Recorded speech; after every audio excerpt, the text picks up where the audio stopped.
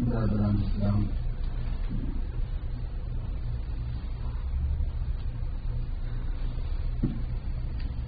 رمضان المبارک کی آمد ہے۔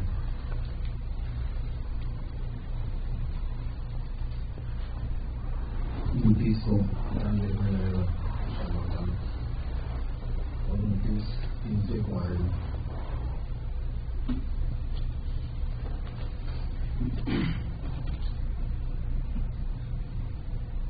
چاند کا فیصلہ ہونے میں بعض مرتبہ دیر ہو جاتی ہے،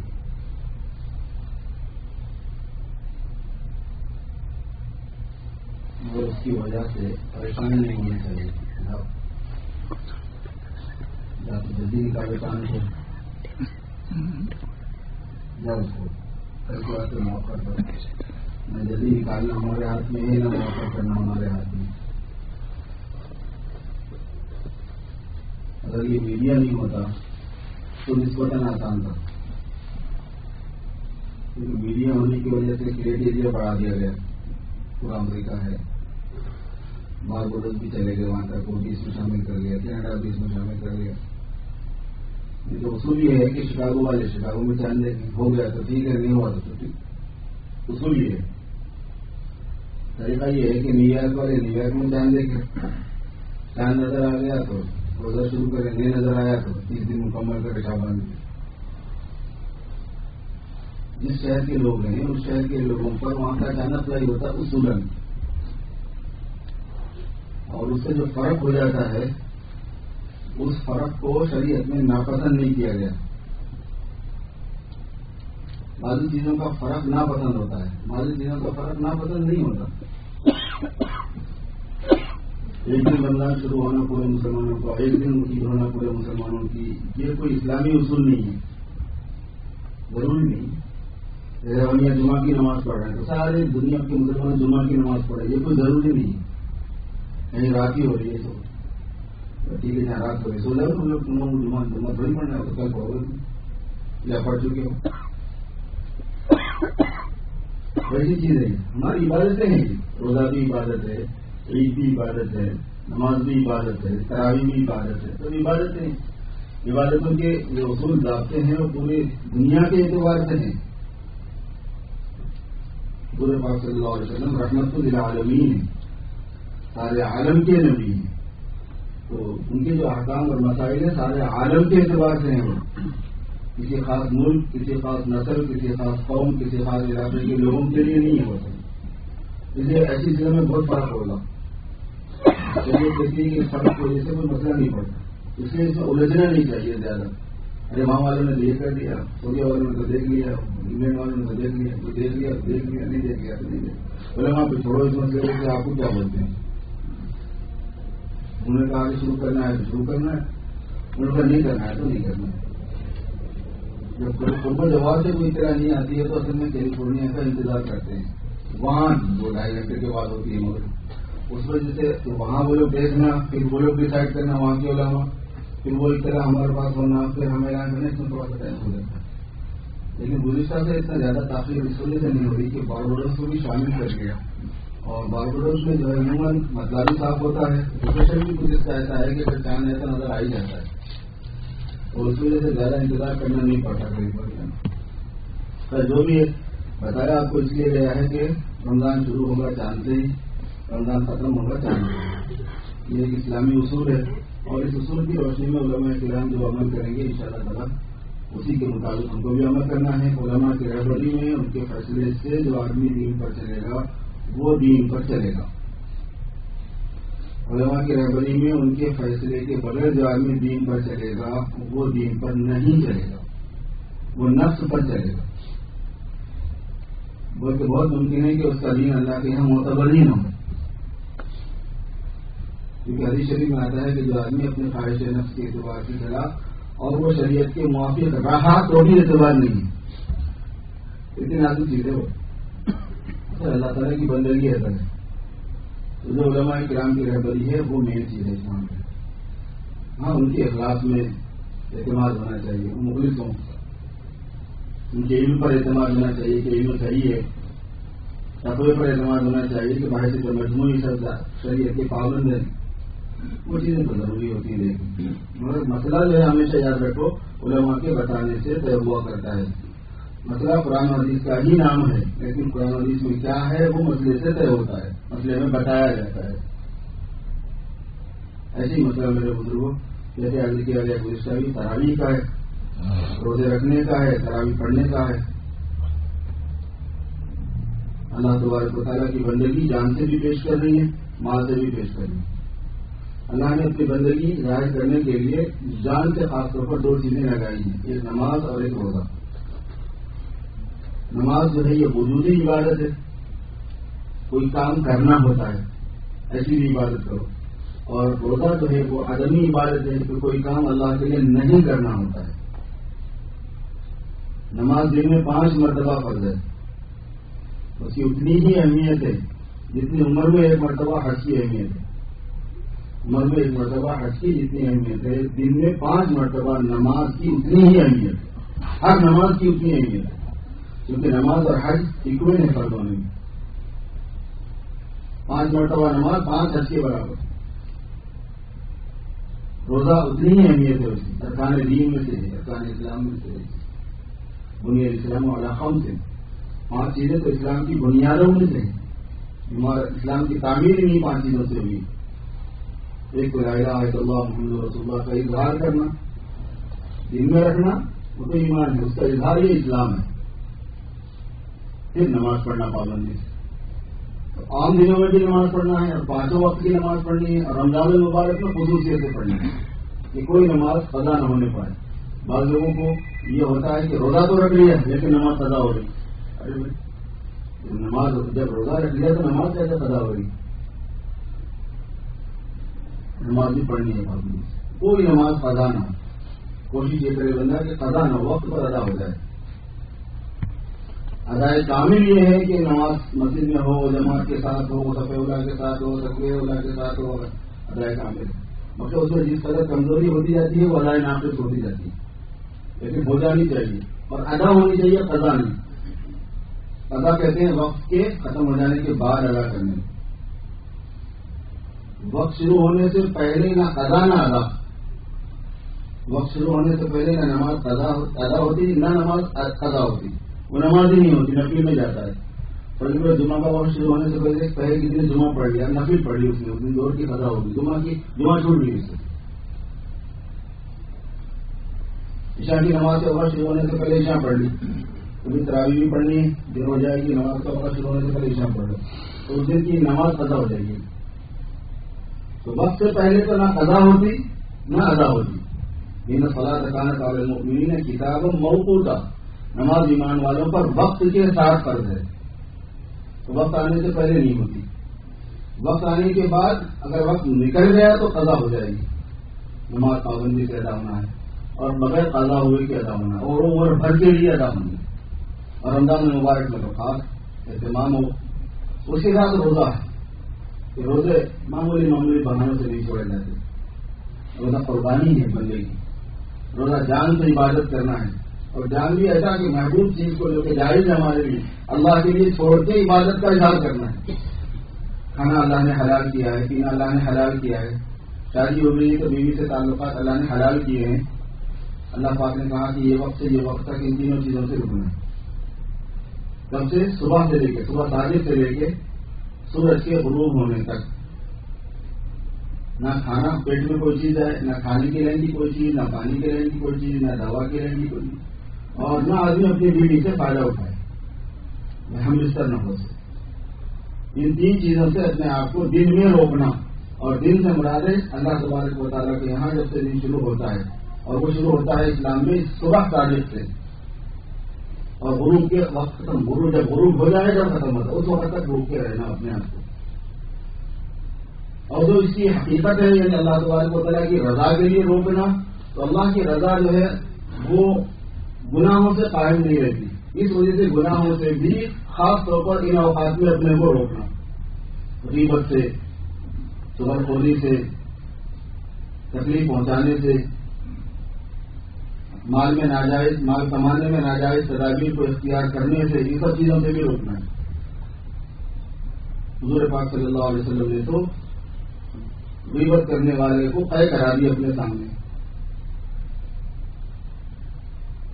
2 عورتیں تھیں، ان کو بہت روزہ لگ گیا اور مرنے کے قریب ہو گئے روزے میں. تو حضور پاک صلی اللہ علیہ وسلم کے پاس ان کو لایا گیا کہ ایسی حالت ان کی ہو گئی ہے کہ ان کا روزہ توڑوا دیں. آپ نے فرمایا کہ کٹورا لاؤ. کٹورا لایا گیا، برتن لایا گیا کہ اس میں طے کرو. انہوں نے طے کیا تو اس میں سے گوشت کے ٹکڑے نکلے. تو میں اس کی وجہ سے روزہ رکھ رہا تھا. یہ غیبت تھی. غیبت کیا ہے؟ مسلمان بھائی کا، مسلمان وہ جو مر چکا ہو اس بھائی کا گوشت کھائیں. تو تم غیبت کر رہی تھی تو روزہ تو لگے گا کوئی کے لیے، جب پیٹ میں جا رہا تھا جب سے تمہارے آپ نے فرمایا. اور حضور پاک صلی اللہ علیہ وسلم کے ساتھ ایسے معاملات کرا کے امت مسلمہ کو دکھائے گئے کہ دکھتا نہیں لوگوں کو، لیکن حقیقت اس کی یہ ہے. اور دکھنے کا وقت بھی آ جائے گا. آخرت میں تو دکھنے ہی والی ہے یہ سب چیزیں. دنیا میں دکھا دیا گیا تاکہ لوگوں کو سبق حاصل ہو، کیونکہ آپ صلی اللہ علیہ وسلم کے ایک نمونہ بتا دینے سے اور آپ صلی اللہ علیہ وسلم کی اطلاع دے دینے سے مسلمان کو یقین آ جاتا ہے. تو یہ کافی ہے. ہر ایک کو نظر آنا ضروری نہیں. یقین آ گیا مسلمان کو، یہ کافی. تو غیبت سے روزے میں بچنا ضرورت ہی نہیں. اور علماء کرام نے بڑی اچھی بات فرمائی. حضرت تھانوی نے لکھا ہے کہ غیبت سے بچنے کا علاج اس کے علاوہ نہیں ہے کہ آپ کسی کا اچھا تذکرہ کرنے سے بھی بچیں. عجیب بات ہے. اچھا تذکرہ کرنے سے بچنے میں غیبت سے کیسے بچیں گے؟ فرمایا کہ ہوتا اصل میں یہ ہے کہ پہلے آدمی اچھا تذکرہ کرتا ہے، پھر بعد میں مگر لاتا ہے. اور آپ بڑے اچھے ہیں، ایسا کیا مگر ذرا ایسا ہو گیا وہاں. مگر کے بعد میں پھر ان کا وہ کمزور پہلو وہ ذکر کرنے میں آدمی انجوائے کرتا ہے. اور میرے دوستوں، دنیا میں جتنے زہر پائے جاتے ہیں سب سے زیادہ انسان کے گوشت کا زہر ہوتا ہے. اور غیبت میں انسان کا گوشت ہی جاتا ہے. اور یہ زہر انسان کے دین کو نقصان پہنچاتا ہے. اسی لیے نہ کسی کا اچھا تذکرہ نہ کسی کا برا تذکرہ. رمضان کا زمانہ ہے، قرآن پاک کی تلاوت کرو. قرآن پاک کی تلاوت کا سیزن ہے. اور جتنا آپ پڑھیں گے آپ دیکھیں گے اتنا جی لگے گا، اور زیادہ سے زیادہ آپ پڑھ لیں گے. عام دنوں میں جو آدمی پوپارا نہیں پڑھ پاتا وہ رمضان مبارک میں 2 3 پارے آسانی سے نکال دیتا ہے. اور دیکھ کے پڑھو. اور اس چکر میں مت پڑھو کہ اس کی میننگ کیا ہے. یہ ہر ایک کی بس کی چیز نہیں. کوئی خاص لوگ ہیں جن کو دعوت خاص اور مناسبت ہے علماء کی صحبتیں انہوں نے اٹھائی ہوئی ہیں بزرگوں کی، اور دین سے اچھے خاصی واقفیت ہے. وہ لوگ ترجمہ پڑھیں کسی عالم کی اجازت لے کر، وہ صحیح ہے. سب کا کام نہیں ہے. سب یہ خالی دیکھ کے پڑھو. قرآن شریف کی تلاوت کثرت سے کرو. قرآن شریف کے جو میننگ اور مطالب ہیں وہ علماء سے سنتے رہو. اور اتنا ان کو بھروسہ کرو کہ وہ جو قرآن پاک کے میننگ اور مطالب ہیں وہی بتائیں گے. اب ہم اگر علماء پہ ٹرسٹ نہیں کریں گے تو کس پہ کریں گے؟ علماء پہ سے ٹرسٹ نکال کے جب جاہلوں پہ ٹرسٹ کرو گے تو پھر وہ قرآن تھوڑی رہے گا بھائی.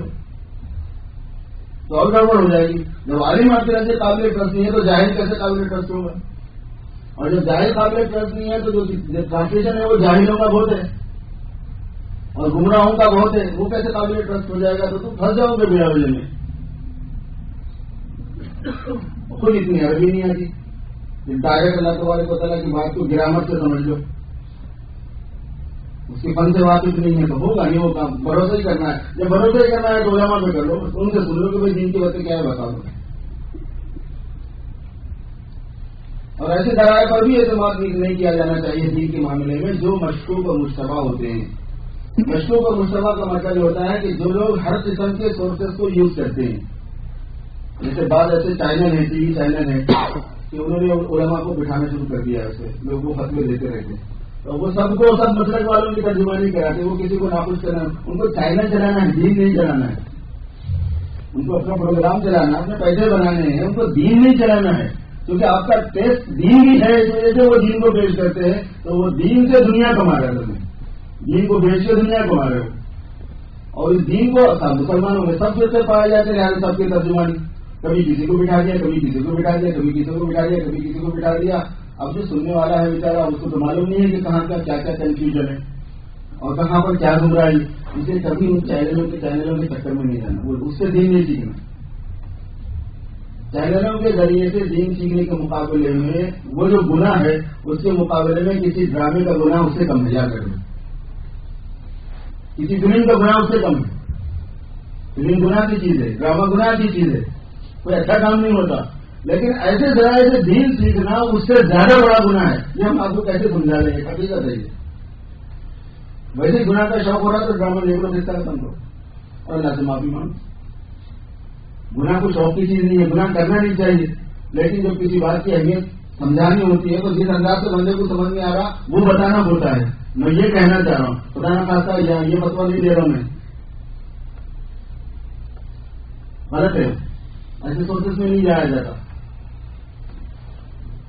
اس وجہ سے یہ ہے کہ جو دین کے مسائل ہیں, احکام ہیں, نماز کے, روزے کے, زکوٰۃ کے, حج کے, طہارت کے, وضو کے, میراث کے, جتنے بھی مسئلے مسائل اور احکام دین ہیں, علماء کرام موجود ہیں ماشاءاللہ. ان سے آپ پوچھیں اور ان سے فتوا لیں اور اس پر عمل کرتے ہیں. قرآن پاک کی تلاوت کریں. رمضان المبارک کا مہینہ قرآن پاک کی تلاوت کا مہینہ ہے. رات اور دن سننے میں بھی پڑھنے میں بھی اہتمام ہو. اور تراویح میں قرآن پاک کا سننا سنت ہے. تراویح سنت موقعہ ہے اور 20 تراویح سنت موقعہ ہے. اور تراویح 20 سے کم نہیں ہوتی. بہت مرتبہ یہ مطلب آپ سے عرض کیا گیا ہے 20 سے کم کو تراویح کہتے ہی نہیں ہے. اور 20 پڑھنا ہے اور اس میں قرآن شریف کا سننا ہے. قرآن شریف کا سننا الگ سنت ہے اور 20 تراویح پڑھنا الگ سنت ہے. 20 تراویح پڑھو اور قرآن پاک اس میں سنو. ایک قرآن پاک کا مطلب سن لے بندہ اور اس کے بعد میں چاہے طرح سے پڑھ لے. رات کی عبادت ہے. رمضان کی خاص طور پر تراویح الگ عبادت ہے اور قیام اللیل الگ ہے. قیام اللیل میں ایک بات بتا دوں میں آپ کو. تراویح کے علاوہ جو قیام اللیل ہے احناف کے نزدیک جماعت کے ساتھ مکروہ تحریمی ہے. جماعت کے ساتھ نہیں پڑھنا ہے, انفرادی طور پر پڑھنی ہے. قیام اللیل انفرادی چیز ہے, اجتماعی چیز نہیں ہوتی. اور وہ تراویح کے علاوہ ہوتی ہے. وہ قیام اللیل تہجد کو کہتے ہیں. اصل میں تہجد انفرادی ہوتی ہے, اجتماعی نہیں ہوتی. بعض لوگ اس میں قرآن شریف سننے کی عادی ہوتے ہیں. تہجد میں قرآن شریف سن لیتے ہیں, ضرورت نہیں آپ کو جماعت کے ساتھ تہجد میں قرآن شریف سننے کی ضرورت نہیں. مسئلے کی رعایت کے ساتھ اعمال کمائے جاتے ہیں, حسنات کمائے جاتے ہیں. مسئلے کی رعایت نہیں کریں گے تو آپ کو کیا پتا پر وہاں جا کے ثواب ہی نہیں ملنے والا ہے. تو قیام اللیل الگ چیز ہے, تراویح الگ چیز ہے. تراویح سنت ہے اور وہ 20 رکعت ہوتی ہے, وہ جماعت کے ساتھ ہوتی ہے. اگر جماعت سے موقع نہیں ہوا تو تنہا بھی ہوتی ہے. مرد پر بھی ہوتی ہے, وہ عورت پر بھی ہوتی ہے. اور تراویح میں قرآن پاک کا سننا اور ایک سنت ہے, الگ سنت ہے. لیکن اگر قرآن پاک نہ سنایا جا سکے تو الگ طرح سے بھی پڑھا جا سکتا ہے. اور قیام اللیل الگ چیز ہے اور وہ تنہا ہوتا ہے. قیام اللیل کرنے والے کو تراویح کا ثواب نہیں ملتا. نماز کے اندر اس کا بھی اہتمام ہو, چاہے وہ دن کی نمازیں ہوں, رات کی نمازیں ہوں. پھر روزہ ہے, روزے کے لیے آدمی کو شوق اور جذبے سے, قربانی کے جذبے کے ساتھ میں چلنا ہے. کہ ظاہر کی جاب کرتے ہوئے, جاب بھی کس کس قسم کے ہوتے ہیں ہمارے بھائیوں کے, انتہائی مشکل جاب بھی ہوتے ہیں, تھکانے والے بھی ہوتے ہیں, پریشان کن بھی ہوتے ہیں. یہاں کی جاب ویسے بھی آدمی کو تھکانے والی ہوتی, گھبرائے نہیں آدمی. اور بزرگوں نے فرمایا کہ روزے میں اگر آپ تذکرہ نہیں کریں گے تو روزہ لگے گا نہیں آپ کو. اور تذکرہ کریں گے, جتنا تذکرہ کریں گے اتنا روزہ لگے. وہ دن بڑا لمبا ہے, وہ بڑا دن بڑا لمبا ہے. اور وہی بڑی تیز دھوپ ہے, وہ بڑی گرمی ہے, اور خوب پیا پیا کرے. جتنا زیادہ تذکرہ ہوتا ہے اتنا روزے کی فیلنگ ہوتی ہے. اور آپ نے ذہن بنا لیا اپنا کہ مغرب سے پہلے سورج غروب ہونے سے پہلے نہ کچھ کھانا ہے نہ کچھ پینا ہے, اپنے کام میں لگے. فرصت ہوئی قرآن پاک کی تلاوت میں, ذکر میں, استغفار میں, درود شریف میں, تسبیح میں. اور نہیں کام کا ہوتا ہے تو کام میں لگے رہیں. آفس کا کام ہے آفس میں لگے, ٹیپ کا کام ہے ٹیپ میں, کمپیوٹر کا کام ہے کمپیوٹر میں, دکان کا کام ہے دکان میں. کام میں لگا رہے بندہ ذکر نہ کرے کچھ بھی محسوس نہیں ہو. اور آپ کو پتہ ہی ہے کہ یہاں تو ویسے بھی اتنی زیادہ ہیومڈیٹی ہوتی نہیں جتنی انڈیا پاکستان میں ہوتی ہے. اس وجہ سے لگتا نہیں روزہ. تو روزہ کوئی ایسی چیز نہیں ہے کہ جو یہاں پر عمل میں نہیں آ سکتا, چاہے لمبا ہو چاہے مختصر ہو سکتا ہے. اتنا ہمت سے کام لے.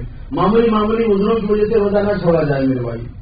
تھوڑی سی بیماری کی وجہ سے روزہ نہ چھوڑا جائے جب تک کہ ڈاکٹر کی طرف سے تجویز نہ کرے, جب تک کہ خود بھی تجربہ نہ کرنے کہ ہاں وہ یہ میرے قابو کی چیز نہیں. جیسے شوگر پیشنٹ وغیرہ ہے, روزہ نہیں رکھا جاتا.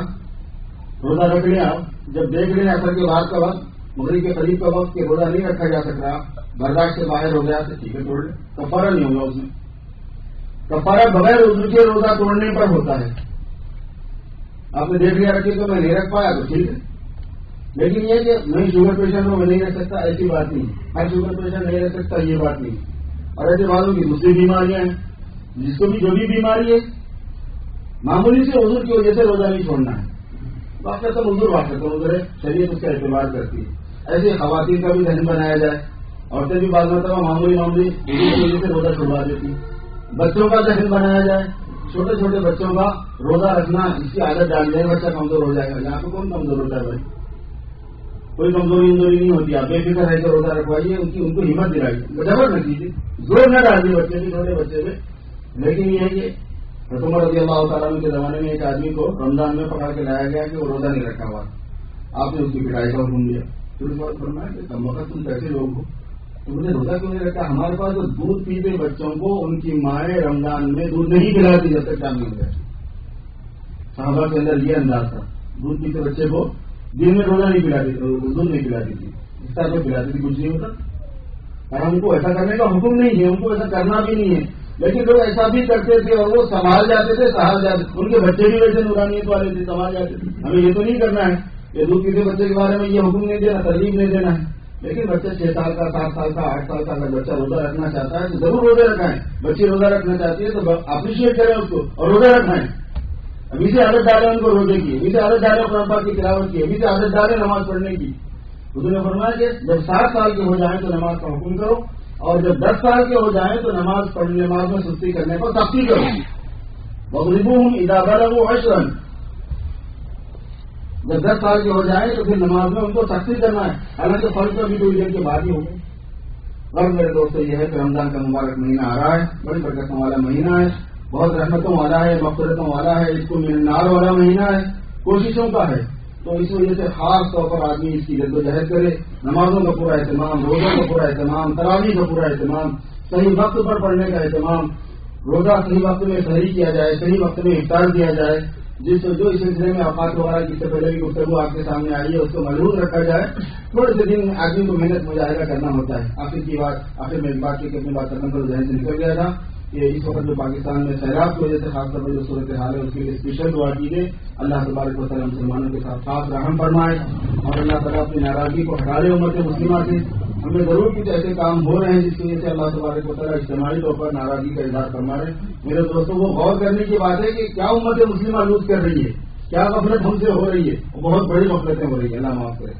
تو حق تعالی شانو یہ جتنے پریشان حال ہیں ان کے لیے بہتر نظم فرما دے اور مخرج نکال دے، راستہ بنا دے ان کے لیے. اور جتنی زیادہ ہمدردی کی جا سکتی ہو، مدد کی جا سکتی ہو، دامے درمے سپورے جس طریقے سے بھی اس میں بھرپور حصہ لینے کی کوشش کیجیے. اور یہاں دور بیٹھ کے آدمی سب سے زیادہ دعاؤں کے سہارے پہ ہی زیادہ کام کر سکتا ہے.